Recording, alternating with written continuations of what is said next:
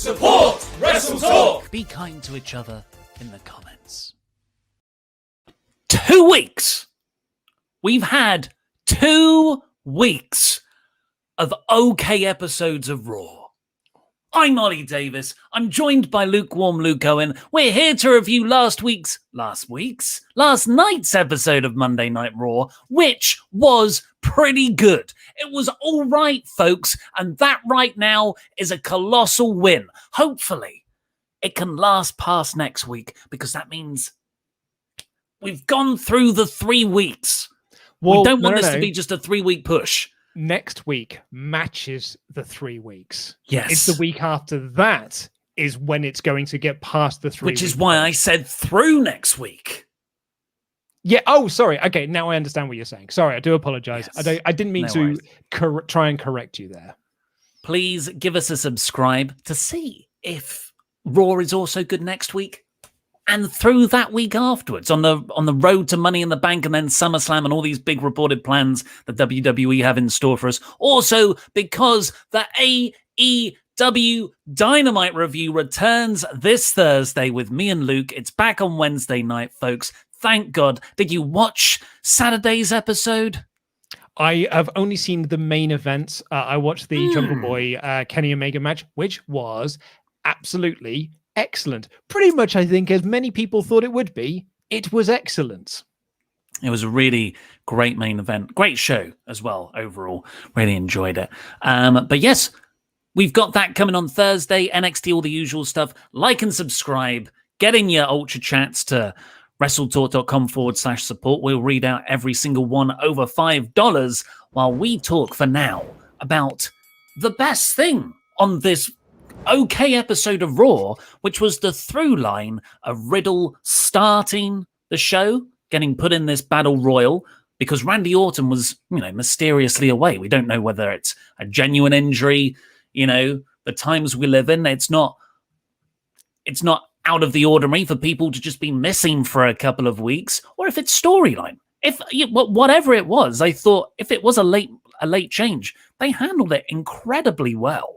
So Matt Riddle gets put in this battle royal. He wins it. He gets to go into the triple threat main event where the winner gets added as the last spot in Money in the Bank. And if, of course, Riddle's already in that match. So if he wins, Randy gets put in instead. A great night-long story. Yeah, I really, really enjoyed this story. I enjoyed Matt Riddle throughout this. Randy Orton not being there actually almost elevated this story somewhat. It actually made it better that Randy wasn't there to tell this Matt Riddle thing. Because Matt Riddle, he goes up to DeVille and Pierce and he's like, hey, look, Randy can't be here tonight, but I've got this letter from Randy that says he wants me to go into the match in his place. And it's a letter that's quite clearly been written by Matt Riddle himself. It looks like it's in crayon and whatnot. And in the end, DeVille's like, hey, it's fine with me. Off you go into the Battle Royal. And then Matt Riddle wins this Battle Royal of last eliminating Damian Priest. And he goes to the timekeeper's area and he just says, play Randy's music. And then he rolls into the ring. Randy Orton's been, I hear voices in my head. And he does the pose and the pyro goes off. The Randy Orton sparkly golden shower pyro goes off. And then later on in the night, Damian Priest approaches him and he's like, hey, Riddle, I want to talk to you about Randy Orton. He's like, no, I am Randy Orton. I'm the Viper. I'm the Legend Killer. It's because he's trying to get into Randy Orton mode. The only thing that was missing from this was Matt Riddle doing Randy Orton's entrance for the main events. That was the only thing I would have that would have been my cherry on top of this. And then him coming this close to winning the match with the RKO and having Amos balls that up by dragging AJ out of the ring and him running into the Claymore from Drew after coming back from the injury as well was just such a really good little ending to this. Because Matt did his best to get Randy Orton into Money in the Bank. And when Randy Orton returns next week, he's going to find out that he's not in Money in the Bank. And it's sort of Riddle's fault that he's not in there. So that's going to be a really interesting interaction with them next week. Yeah, because who knows if Riddle hadn't well-intentionally added himself to the match, maybe DeVille and Pierce would have been like, oh, well, we'll let you compete for something next week. You'll face the winner of tonight's main event or something like that. So it wasn't until Priest came up to Riddle backstage and was like, oh, anyone would be really lucky to have a friend like you, Riddle. I thought, don't you dare mention Bad Bunny. And he didn't. We'll talk about Priest more in a bit. And they're doing all that. And I thought, that was the first time I thought, oh my God, Riddle's turning heel. Because what I love about this story... Well, hear me out. I think that's my answer to everything at the moment. Turn Kofi heel. Turn Riddle heel. All the baby faces turn heel as a zigzag redirect. So what I love about this story is it's good. It's got very good characters and it's resonating. Those are like the fundamentals, though. That's really what all wrestling stories should do. But what this does better than... and what really elevates it, I think, alongside like the storytelling of an AEW, is that it zigs when you think it's going to zag. Like last week, I thought, okay, I know how the wrestling works. Riddle and Orton win their matches. They both get added to Money in the Bank. They combust there. No. Riddle won, Orton lost. If it was going to be any way round, I would have thought Riddle would have lost that, especially in the match against Drew. And here, I was like, okay, night-long storyline. Riddle's going to get Randy Orton in. Yes, I'm all for that. And like you said, he loses. I'm like, oh my God, that's even better. So I am very impressed that WWE are telling such a good story. And this is what I kind of I've very much admired about the last couple of weeks of television. And I said this on last week's show as well. But I think it bears repeating here. WWE are doing the bare minimum to make a good wrestling show. But because the bar has been set so woefully low all year long, last week's was hilarious because everyone was like, "Oh my God, best show of the year!" Like what? An amazing show! Like, dude, it was such an average show of Raw, but it was like, "Oh my God, what a breath of fresh air to have an average show." Those two statements weren't mutually exclusive. It was both the best and average show. And then this week again, I was watching the show and it ended. I was like, "Huh." It was a show. It was a perfectly fine show, but everyone was like, man, they've done it again. They've unlocked the secret. But was it better than SmackDown? Well, so this is our talking point of the episode. And it's something that a lot of people have been saying about SmackDown as of late. Lost Intangibles have been saying this about SmackDown for quite a while now. Is that, and I've said this on a few shows as well, SmackDown is just as bad as Raw, but it's got the really good Roman Reigns stuff on there. And what's the other thing? And it's 2 hours long. Well, yeah, okay, it's an hour shorter. But really, honestly, it still feels like it's 3 hours because the rest of that undercard sucks. And, but just as much as Raw does. But so SmackDown is a boring show, but the Roman stuff is really good, and it usually takes up about 40 to 50, sometimes 60% of the show. So you walk away from SmackDown being like, man, what an amazing show that was. But it's got all of the same repetitive crap. Nakamura Corbin having a best of 12 match series over a crap looking crown is terrible television. And the tag team division stuff isn't great either. And the women's stuff isn't, because there's only 3 women on the show. So that's not really helping matters either. Maybe it's 4. But Raw for the last couple of weeks has been, for the first time this year, where I can officially say it's a better show than SmackDown at the moment, because there's maybe 2 to 3 things that I really like on this show. 3 isn't a push, but there's certainly 2 that I like. I thought there were many things to like on this show. The women's division is goddamn awful. Not the wrestlers, the way it's booked. I think it's abysmal. But I think everything else was either good to pretty damn good. And just as an example to show you, I don't know if you've seen a lot of SmackDown recently, but one of the... How do I share my audio at the same time? Are you sharing a screen, are you? Yeah. So if you do share screen, you can do a Chrome tab, and there'll be a little button that says share audio. Oh yeah, I got it. So yeah, look how bad it's got. Look how bad this has gotten. Have you seen this? I have not seen apparently this was on SmackDown on June 14th. Oh yeah. Roman Reigns kisses Sasha Banks. Yeah. Look what happens. So Sasha's doing a promo. Are you kidding me? So it looks like some kind of contract signing segment. Is this your doing? But Roman interrupts. But what you just saw. And listen to the audio quality. I just want to help you. How about this game? I think they've gone over the top with the AR, the like the graphics. Yeah, it's a bit much, isn't it? I thought the Alexa Bliss one was quite bad. The Asuka one was way worse. Yeah. So look, like, if you want so what is happening here? Come out here it's a clip. Look, and Roman comes out. So have you heard this new music he's got? You heard the music? I did hear that his new theme was very good. I didn't realize that they were doing a remix of it. What a character change. I think Raw is better than this. Well, I don't know. I'm quite captivated by this. Look. And now they're in a Pizza Hut commercial. Yeah. He's United States champion now. Oh, is this like a flashback? I think so. It feels like it's a flashback because Sasha's also the Roman. So this is just like, oh man, do you remember what happened to them like a few years ago? It's mad, isn't it? Where there's... So, I mean, for the sake of our audience... No. Let me show you more. This is a YouTube channel that I have found called 2099 WWE. They have almost as many subscribers as we do. Look at some of these thumbnails.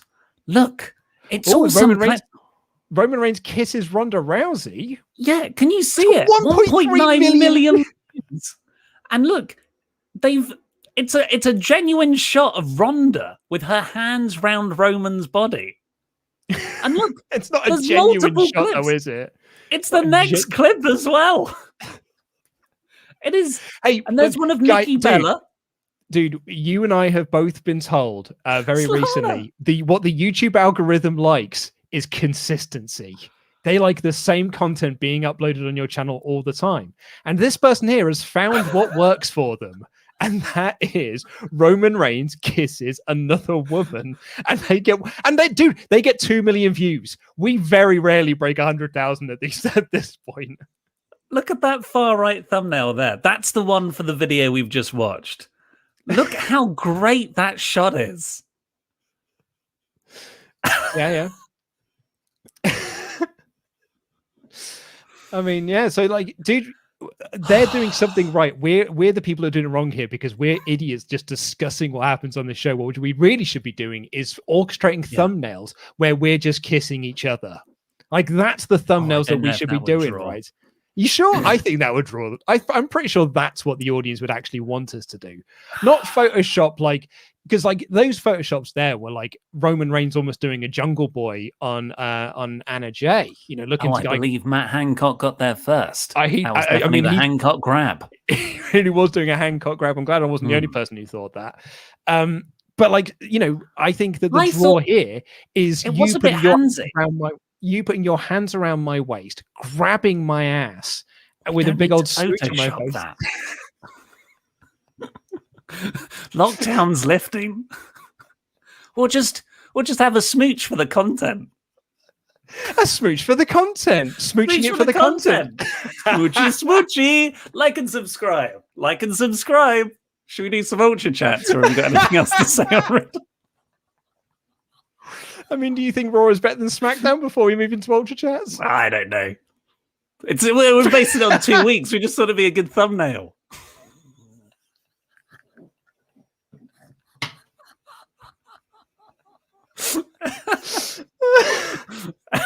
Like and subscribe. I don't know. Right now, this week, Raw is better than SmackDown. Yeah, I think overall, they both got their flaws and positives. Ruben Madeira says, while I think that this week's Raw and SmackDown were on par with one another, I think SmackDown in general is way better than Raw. The main event scene and Intercontinental title picture are booked better on SmackDown, even though recently it's felt more repetitive. I think that's the problem with SmackDown, is it's just very repetitive. Oh. Yeah, like Big E and Apollo Crews had their, I think, 300th match this year on Raw, on SmackDown this past Friday. Not to say that Raw hasn't been repetitive, but it's like it's stopped being repetitive as of 3 weeks ago, I'd say. Last week. Dartrain24 spent this morning on YouTube watching old clips of when Edge lost one Elimination Chamber to win another and dropped the title to Punk, who cashed in Money in the Bank. The booking has been so bad lately that they ruined Money in the Bank. Luke? This company, and yeah, like Money in the Bank hasn't mattered a job for a fair number of years now. Well, maybe this is the year they've got a plan to actually cash it in, as well as who to put it on. I can almost guarantee that you said the same thing last year. Meow Lass, just wait for the 2099 WWE channel, which is the clips channel we just watched, put up a video of Ollie kisses Luke and Mark Flay. What the frick did I just watch? SmackDown has really gone downhill. I agree.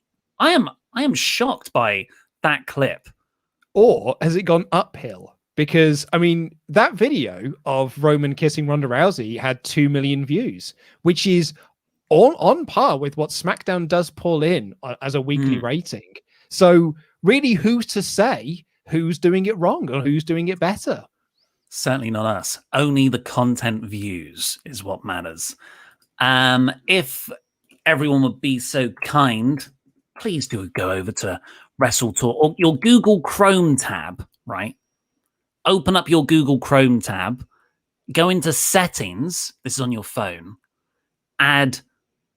Go to Discover. Oh man, I should have written this down.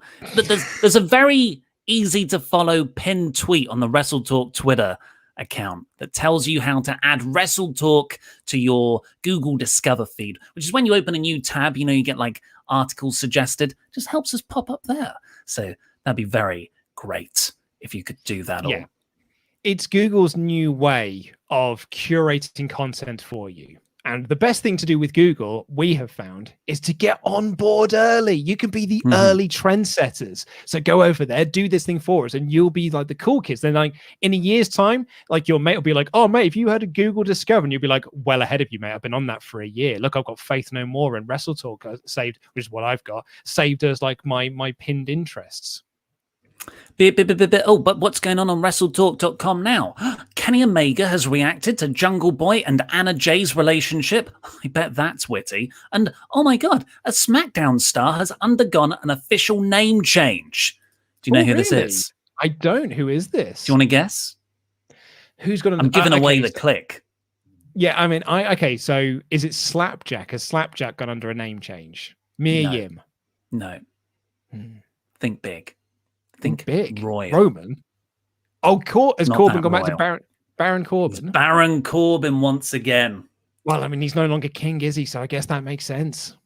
Maybe that means we are getting a King of the Ring coming up. I don't think to pass the mantle to someone else. Have you heard that's a theory as to why Nikki Cross is now Nikki Ash? Because Karrion Kross is coming up to the main roster, and you can't have too many of the same name. That's why Shane Helms had to become the Hurricane, because we've got Shane McMahon, so we can't have two Shanes. I kind of agree now. I never used to agree, but honestly, Hangman Page, Brian Cage, Christian Cage, it is a bit confusing. Ethan Page, Michael Cole, Adam Cole. Gonna have to change that guy's name. Shall we carry on with the Raw review? One other thing, before we do get into the Thor review, please do pull your thumbs out your asses and give us a thumbs up. You know you all want to. We'd really appreciate if you could give us a thumbs up, because it helps the video in the algorithm, and we need to fight the YouTube algorithm together. So pull your thumb out, give us a thumbs up. Thank you kindly. A Thunderdome thumbs up. So, also, WrestleTalk.com/support. Get your Ultrachats in. We'll answer every single one that's over $5 for the dollar money. So, Raw opened with this. The Riddle bit, he got added to the Battle Royal, and which he won to decide who goes into the triple threat main event. And I thought this was a pretty fun opener.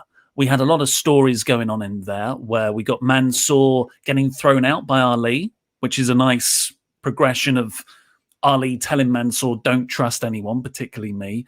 Some 24/7 title changes. Meh. Jinder Mahal was in there, and he eliminated a few people, but was dumped out in the final four, I think. And Damian Priest. He's back. Yeah, so Damian Priest has been gone since WrestleMania Backlash in the zombie match. We haven't seen him on TV since, because he's no longer feuding with The Miz. Therefore, there's nothing else for him to do. And there were various reports. Some people said that he was injured. It came out last week from Fightful Select that he had some personal issues. That's why he was taking some time off. I don't know why you would just bring him back into this random battle royal here, particularly when last week you set up the idea that Jinder Mahal was going to get his way into the Money in the Bank match. So for my money, surely a much more interesting story to tell in this battle royal is that Jinder makes it all the way to the end, and Matt Riddle is the one that beats him off the apron to win, as opposed to Jinder just gets eliminated and it comes down to Priest versus Riddle, which, don't get me wrong, was very, very good. But if you've set up the Jinder thing last week, then maybe you want to pay it off with a little bit more this week. I think that's a great idea. I really, really do, because you play off of that fan. Oh my God, what are they going to do? They're building Jinder to face Drew in the main event. That's a reported feud. They want to do it. And it plays into those fears. Just like all those times you'd have Roman Reigns put in the last two of a Royal Rumble. It's and Roman Nakamura. We want the other guy, though. And you play with that. And it really, really does work. So, yeah, I agree. Plus, if you're going to bring Priest back, why do you do it in a match he has to lose? I get that him being thrown out of in the final two is not as bad as tapping out or saying I quit or pinned, but just why? Why wouldn't you just bring him back in a storyline or a squash match on someone, or John Morrison? Have a John Morrison match. Don't have a John Morrison match, you sadist. The reason why is because they've got nothing for him, and they've had nothing for him since Bad Bunny hightailed it out of there. So just to go over everyone who was in this match, it was, because I did write it down, Jeff Hardy, Drew Gulak, Mustafa Ali, Shelton Benjamin, the Viking Raiders, R-Truth, Damian Priest, Mansoor, Cedric Alexander, Jinder Mahal, Angel Garza, Akira Tozawa, and Matt Riddle. Matt Riddle was the only one to get an entrance in all of that. It also looks like Angel Garza's third or fourth 3-week push since he came into the main roster last year is 100% done and over with. He did a little hop around the ring. Both feet did not touch, only one. It was a spot-filled battle royal. Certainly passed the time quickly. And of course, Damian Priest lost, but then he popped up later in the friends thing. I feel like that's what Keith Lee would be doing if he was on TV right now. I was going to say, Keith Lee did this exact same promo with Drew last year about Sheamus. After that, which I thought that was a very fun opener. I know we dunked on it a bit, and it's not the optimum use of Priest, but overall very good stuff. And then we go straight into freaking women's bollocks division. So Shayna Baszler is now shuffling cards backstage. Okay, yeah, before you do that, no, you need to do that. I was going to talk about the AJ. Do you want to go and quickly talk about the AJ promo? Oh, I guess, yeah. So Amos came out and pulled out both of the Viking Raiders, helped by Jinder at the same time. And yeah, I've got no notes on the AJ promo. Oh, I do, because AJ literally was talking about how he thought this was going to be a singles match between him and Drew, and now Matt Riddle's been added in to make it a 3-way, which means his odds have drastic gone down. Did he say that? I am almost certain he used the sign line of drastic go down. Thank you, AJ. We mock you a lot. I'm glad that's one internet meme of yourself you've taken on board. Yeah, so Shayna shuffles cards now. I am worried about this. It was only a several second glimpse, cuts backstage. She's shuffling some cards. Pretty good shuffling. Doing the old with the 2 piles and everything. And then Nia Jax and Reginald come over and start talking to her. She's the ace of spades, right? The Queen of Spades. Queen of Spades. Queen of Spades. I feel like Vince has looked at that while thinking, how do we add more depth to Shayna's character? She's eaten people. But this card gimmick, I reckon in 3 weeks' time, she's going to shuffle the deck of cards, look at a card, and that will be what she does to her opponent. I always go back to on Pritchard's podcast, on the CM Punk episodes, this is like early doors of the Pritchard show. He talked about how the main roster, it was still the main roster at that point, because like ECW was essentially what NXT is now. And Vince and Pritchard and everyone else just did not get CM Punk.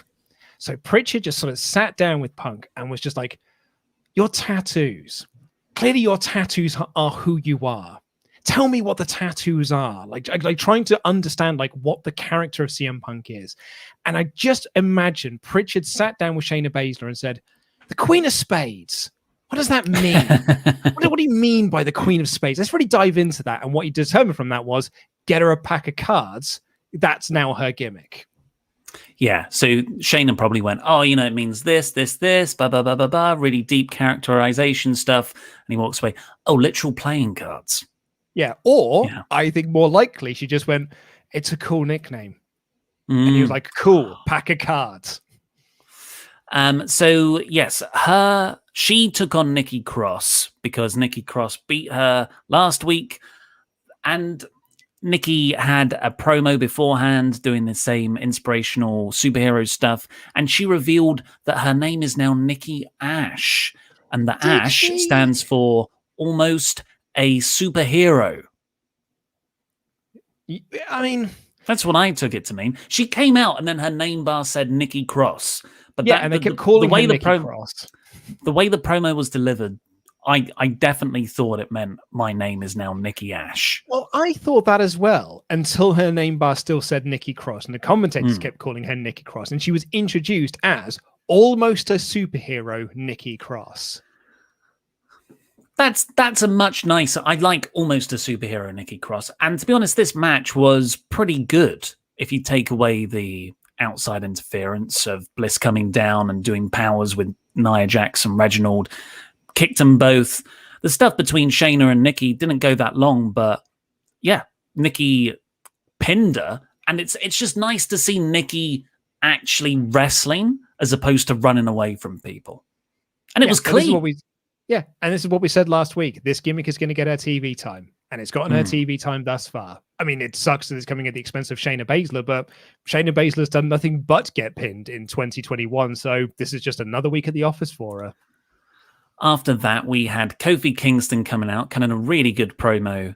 Some people are saying this is an amazing segment. I thought it was a pretty good segment. But I thought the same about people are going wild about the Conan Tully Blanchard segment on Dynamite on Saturday.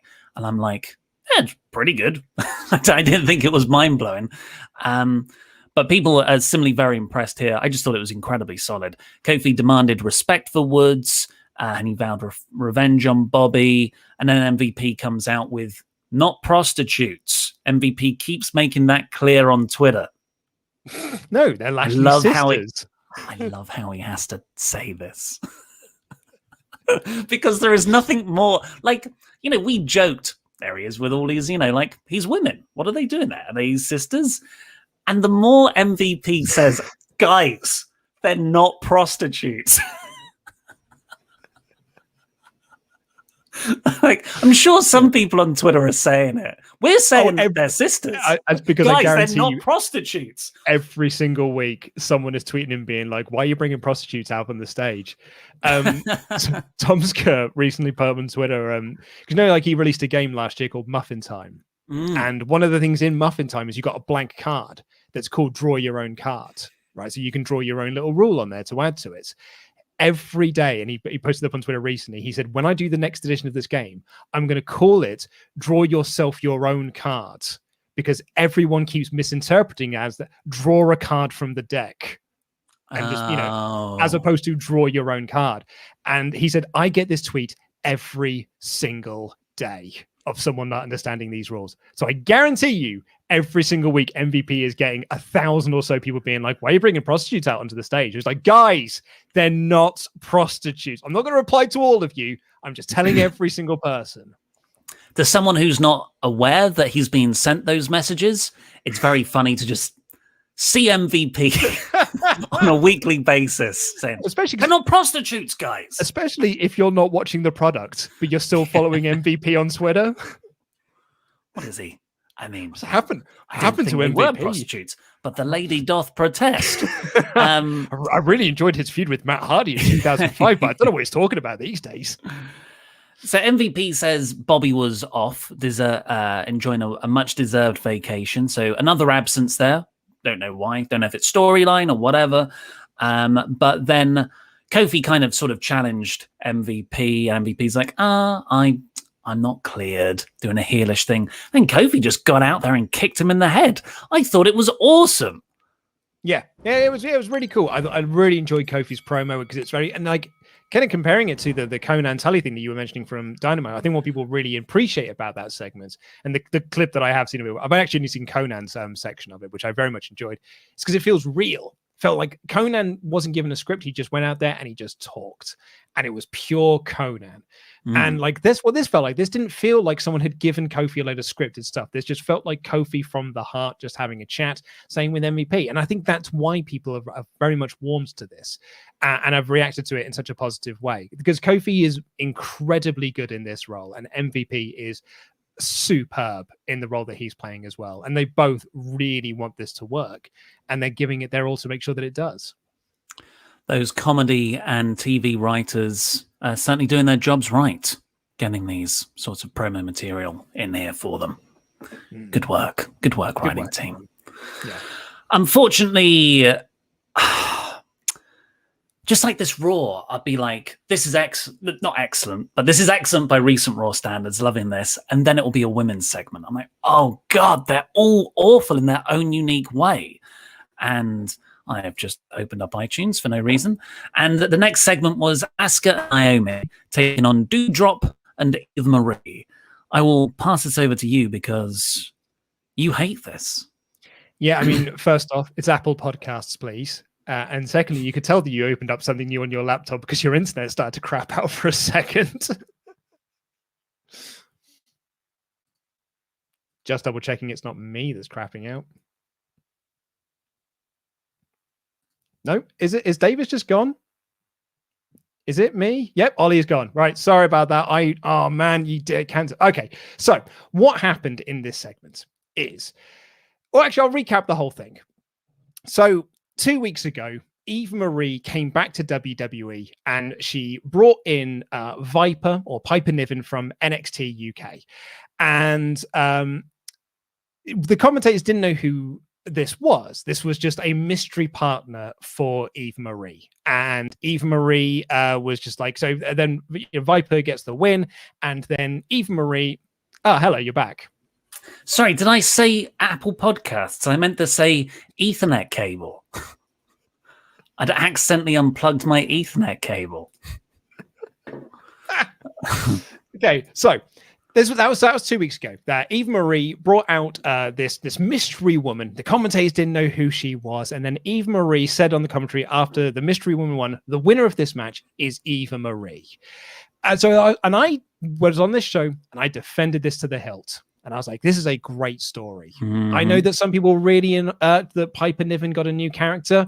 Piper Niven's not the name I know her by anyway. I know her as Viper, so her getting another new name really doesn't irk me in any way whatsoever. Plus, it's a brand new character. So they were trying something different. They were trying something new, and I appreciate that. I appreciate them trying to do something new. Last week, however, they clearly did a bit of course correction because everyone on Twitter was like, why don't you know who Piper Niven is? Like these millions of people out of nowhere who don't watch NXT UK were just like, oh, we all know that's Piper Niven. Thank you very much.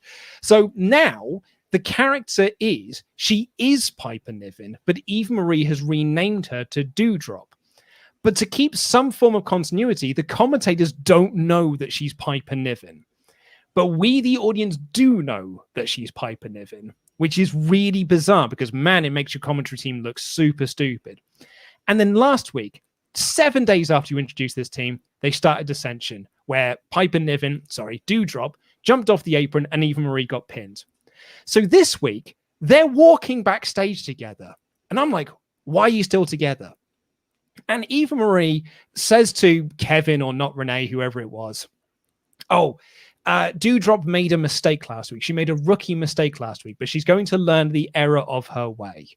And Doudrop is standing there being like, I don't know what you're talking about, mate. What are you talking about? I'm like, what are you still doing there then? If you don't want to be tagging with her because you know that she is manipulating you, don't bother hanging out with her. What is this accomplishing for you as a person to be hanging out with someone that you know is not acting in your best interest? The character totally works when they have bought into Eva Marie's inspirational nonsense, but she clearly hasn't bought into that. So why is she hanging out with her? Like, it makes no sense anymore. This was a really good, potential. I'm not gonna say it was potentially really quite good or potentially okay. And now it just makes no sense. So what's the smegging point? This accomplishes absolutely nothing for anyone involved. And then Doudrop squashed Asuka and Naomi in about 2 minutes, which really buries and makes your Money in the Bank qualifier and contenders look absolutely pants. So what was the effing point in any of this? This sucked. I think you're getting worked by Eva Marie, right?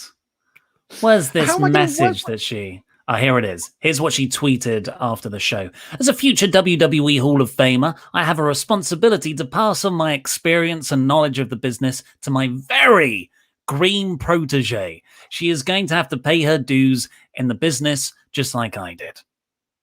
And that works. That absolutely works if Viper doesn't know that's what's happening. If Viper, the experienced veteran, doesn't realize that she's been manipulated and bought into the nonsense, right? But she doesn't. She clearly hasn't bought into it. She knows that Eva Marie is manipulating her. She knows that she's been given a stupid name. So it now no longer works. Yeah, it's no good. And, you know, in all of this, Asuka and Naomi were beaten in a handicap match because Eva Marie never tagged in. In 2 minutes, 9 seconds, I made it.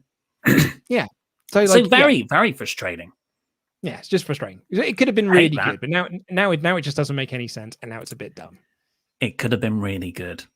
It could have been okay. After that, we had a really surprisingly entertaining match between Ricochet and John Morrison. Not that they're... Surprising? You know, well, I'm so bored of their characters. I felt like they work so hard. It got me over the hump of they could do the most athletic stuff in the world, I thought, and I wouldn't be interested. But they did all the athletic stuff so much, it got me into it, including a jumping Hurricane Rana off of Mrs. Wheelchair from Ricochet. And then this finish. And this was one of the parts of this show I really like, is that most of the finishes were clean. This was the only slightly screwy finish, but it worked. You know, DQ finishes or double count out finishes aren't always bad. It's just bad when you do them every single match. And you had Morrison sitting on the barricade. Ricochet gets up to the top rope, does a crossbody, launches himself at Morrison, takes him out. You can't see the crash mat on the other side, AEW. That's the key to this bit here. It looks sick.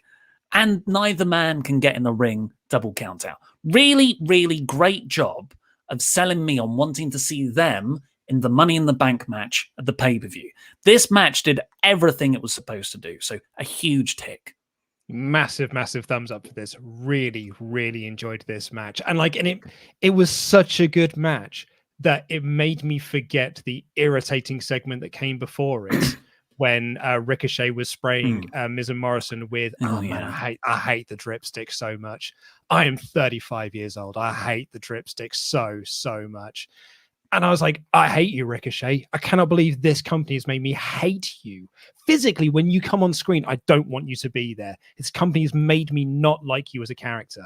And they go down there and he did a flip. And I was like, oh man, he's the best. This is why Ricochet is the absolute best. Look at the flip. Do another flip. And then he did another flip. Then he did a really big flip at the end. It was so cool. A massive thumbs up from me.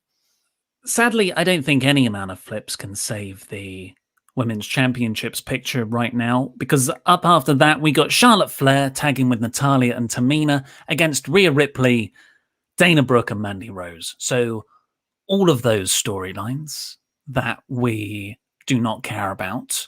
But both storylines, interestingly, that we don't know who the babyface or heel is in the scenario.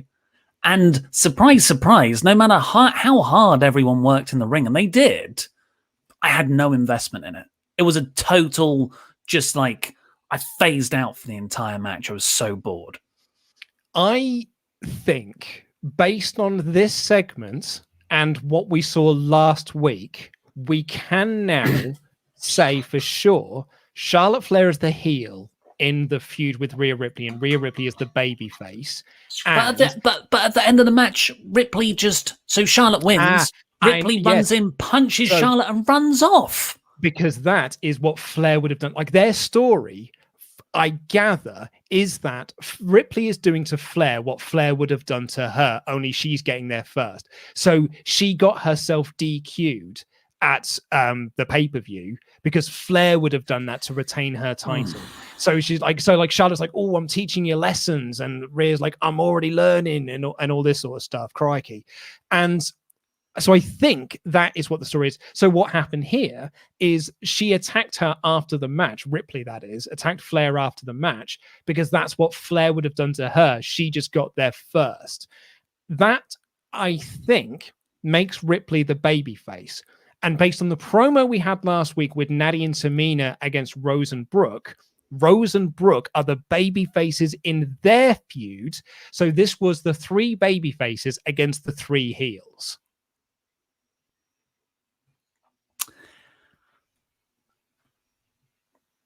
Elias and Riker had a strap match. One of the...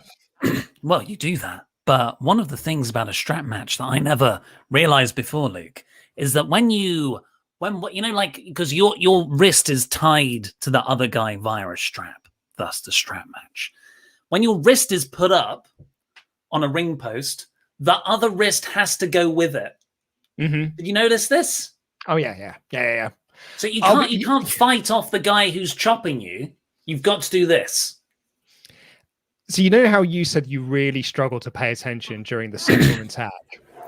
I think this went 2 minutes. I phased out of this match so hard. It went 2 minutes. And I know, and I cannot tell you, I've written in my notes, Riker versus Elias strap match, Riker wins. Those are my only notes I've got for this. I totally phased out. Elias has got new music as well, I think, which means they've taken the one unique thing about him away from him and have now made him just generic man. It's like Karrion Kross on Main Event. Hello, my gimmick is I am wrestler. This, a strap match that goes 2 minutes. Awesome. Brilliant. After that, we got the Priest and Riddle bit, which we'd spoken about already. Drew did a promo talking about Scottish history again. Next week, he's going to be doing Burns Night or something, I think. Just going through the podcast series. And the main event was excellent. Drew McIntyre versus AJ Styles versus Matt Riddle. I thought this was absolutely terrific. Spots, loads of really great moments, but the one for me was Drew's put through a table outside. It comes down to Riddle and AJ in the middle, and Riddle goes for an RKO. AJ Styles catches him in a burning hammer, goes for the pin. Riddle pulls him out and just rams him into every barricade surface available. This was a fantastic match. This is exactly what you want to see from a triple threat match. Really, really like wall to wall banging action. It was a triple threat for a lot of times. Then it would splinter off into a one-on-one match. Then it would come back to being a triple threat. Then one of them would get taken off to be the singles match again.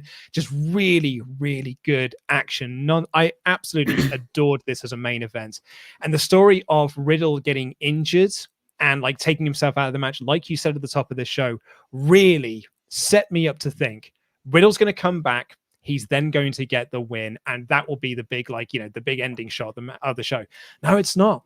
Riddle comes down. He makes the big comeback on AJ. He sets up to hit the RKO. He hits the RKO, gets the pin on AJ, and Amos drags AJ out the ring. And as Riddle stands up to be like, bro, He turns into a Claymore from Drew so Drew can get the win. I know a lot of people are down on Drew winning this match here. Of the three, and I think I had this with Denise on Friday, of the three, he's probably the one I'd want the least to be in there because I think he needs to be away from the title picture for a little bit because I don't think this is doing him any favors in terms of he is being over-pushed crowd. With that said, I love Drew so much, despite his new terrible gimmick of rubbish Scottish history teacher, that not that Scottish history is rubbish, I'm just saying that it's a gimmick that is not working for him. I love Drew and I want to see him in the match. So I'm I like the idea of Drew winning the match and using that as a way to face Bobby. Problem is I've seen that match 20,000 times. I don't really want to see it again. Well, it can't happen again because he cannot challenge for the title while Bobby is champion. Whether they stick to that or not remains to be seen. I totally agree. I think this might not be the wisest thing to quell the, Drew's overpushed crowd. For me, I thought it was...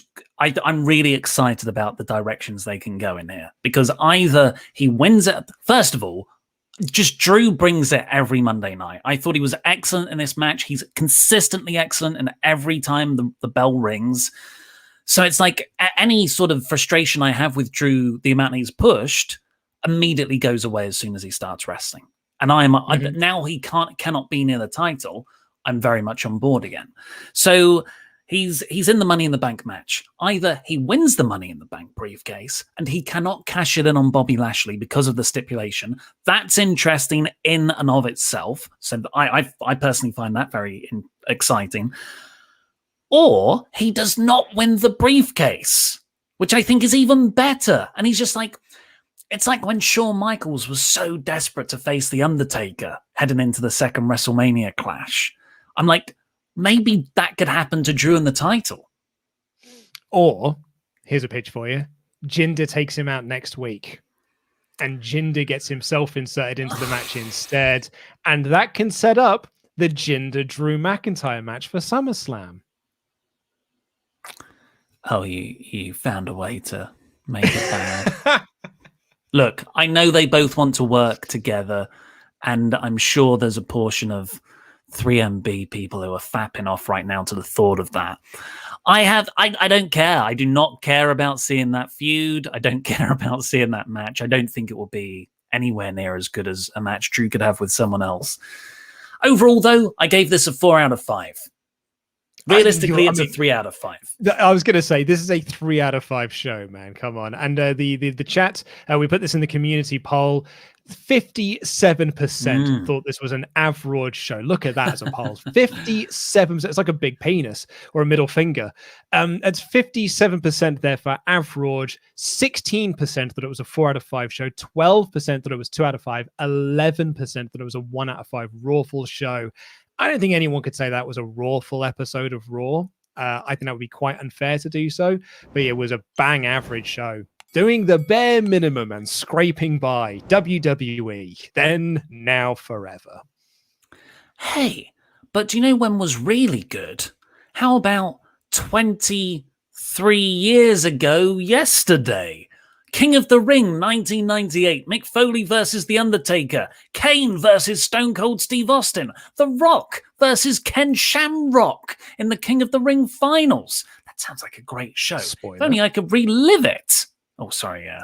If only I could relive it with my best buddies, Luke and Ollie. Well, you can. If you go over to WrestleTalk's Patreon page, we did a special WrestleTalk Extra podcast reviewing that show just last week. And if you give $25 a month or more, you'll get your name read out on this very podcast. So thank you, The Jinx. Links to Sun. Michael Mislayin Marquise. Colin McLeaner than Finn Balor. The Snapdragon King, Ryu Odonte. The real Shorty G, Aaron. Ross Pooper Scooper Cooper. WrestleTalk's personal problem solver, Jamie Donovan. The man with the scoops, Sean. Not the Sean. I don't think it's that Sean. Sean would never pay us money to hear our podcasts. Tower of London, Nigel Morris.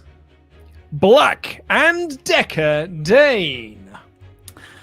What's love got to do with it? Matthew Turner. And lastly, for this Hall of Fame class on the 29th of June 2021, name of your 2000s pay-per-view, Chaos Rising. That is an excellent wrestling nickname. Please do go over to Patreon. Yeah. Mm-hmm. One other thing I wanted to promote from the Patreon podcast that we did was your new love of Dan the Beast 7. And we dive into Dan's short tenure within the WWF and Ollie's absolute adoration and love of what he brought to those 8 glorious months that he was there. Yeah. A massive moustache, predominantly. What a tash. Get your Ultrachats into WrestleTalk.com/support. We'll read out every single one over $5 by the end of this episode. Charles Berg says, Raw wasn't an insult, so Ollie gets another cat. Have you got it? I've got it right here. There's the cat. That is a ninja cat. It's like a member of Retribution, like its face is a mask and the rest of it is just its normal fur. But just so you know, cats and dogs are equal to me. I hope Raw doesn't get good too often. I only have 4 cats, but I watch over 30 different dogs. Kofi promo was fire. Ernest dumbass Matt Riddle is best boy. That's Charles Berg there. Thank you very much. No actual review of the cat, though. Oh, no, the Claw no review of the cat. It's later on. It's right at the end. Oh, well, I'll just read that now then. Here it is. Claw review number 2. Get that cat back up. Puddy is a stay calico cat with that FU mentality. She's a sweet cat who loves her doggy brother Blue, licks her ear when they are alone, but she can strike fear in the hearts of all dogs. Nicknames, Puds, Queen P, and Combat Cat. Jam that jam. Comcat. Kevin, love the Kofi MVP promo. If I remember correctly, MVP said it was Kofi Mania that brought him back to WWE. I'd love Kofi to use it as a way to say that without Kofi, MVP wouldn't come back and Bobby wouldn't be WWE champion. There's a lot in this, a lot that they can mine, which I really, really like. Jediah Steele here has said, that's no Oliver the cat. Yeah, if you were wondering, yeah, Sean has named his Russian blue cat after me. Go and say thank you from me to Sean about that. Yeah, every single person here, go and tag Sean Ross Sapp on Twitter, and every single person say this exact message. Thank you for naming your cat after Oliver Davis at WrestleTalk. What a nice guy. I didn't know we were that close. It was. Yeah. I was a bit it was a bit awkward. I know you a bit, but he's a keen boy, isn't he? Mm-hmm. Amro. I think WWE's idea with Eva Marie's storyline is that Piper can be on Raw as long as she stays with her. Otherwise, it's back to NXT UK. Also, Ollie, did you not do a sponsorship with the supplier of your ass cheek implants? Would be a missed opportunity. No, maybe I should. So Brazilian butt lifts. that storyline works if the commentary explained that or a promo explained that. That unfortunately is us putting in our own that's our own sort of trying to make sense of the story because it does currently make no sense. But it's not the story they're currently telling because the story they're currently telling is not a story. Dylan Jason Voorhees said, thank you guys for everything you do. You help during dark days, and I love you for that. Also, do you think there's a possibility of Edge winning at Money in the Bank? I can see Edge versus Cena at SummerSlam. Maybe it's just me, but I'd love to see them go one more time, smiley face. Much bigger monies in Roman Cena, not Edge Cena at this point, I would have thought. I think Edge Cena is a great match to also do, though, but maybe not for the title. Yeah, keep the title on Roman and make it more about a grudge thing between Edge and Cena. Also, John McNeil here, Mortal Kombat. Very good. Mortal Kombat. God. Sarah Sullivan, that Roman and Sasha video felt like a Bollywood romance film. I don't know what's funnier, the video or the fact that Ollie was probably eating ice cream, binge watching these videos at 4 a.m., thinking to himself, God, Roman is so hot. Have a good one. Yeah. Well, yeah, that's how I stumbled across them.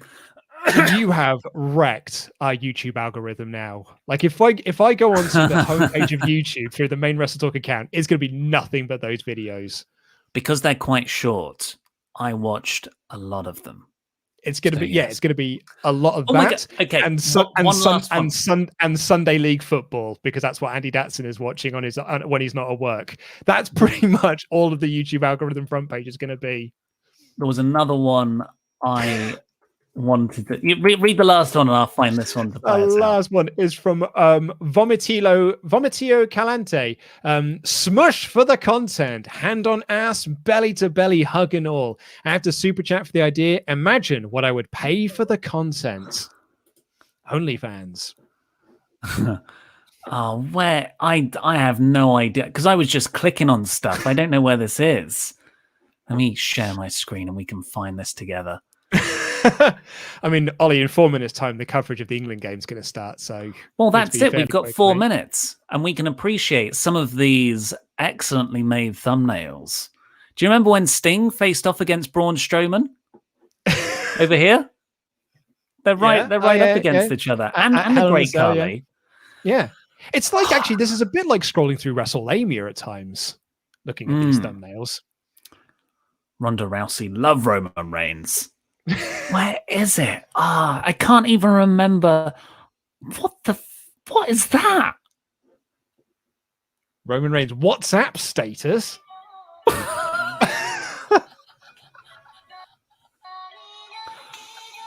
What? Okay. What is it? What was it? Was it 8 only seconds 9 seconds long?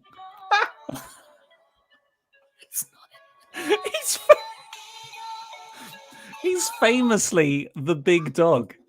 You know what? You know what those are? They're big cats.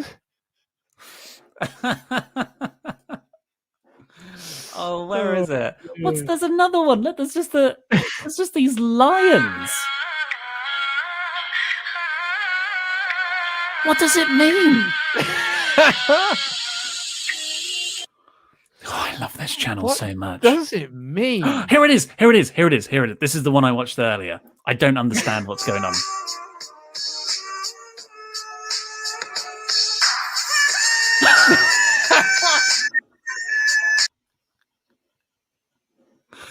So okay, I'm going to try and do a running commentary, and I'll bring it back up on it because we've got audio listeners. I'm going to try and do a running commentary on that, so that I can try and find out what that all meant. Do you want me to mute it? Yeah, if you mute it, and I'll provide a running commentary for it. So, what we've got here is Roman Reigns in his Shield days. Well, I'll go back to the start. Swooshing his hair back next to a photo of a child, a baby, and then Roman turns around and he points to the child, and it says, "Agree with me." And then it ends with Roman doing the hoo-ah phase. Is that Roman as a child? I don't know. Why? What's the Lion King doing at the bottom?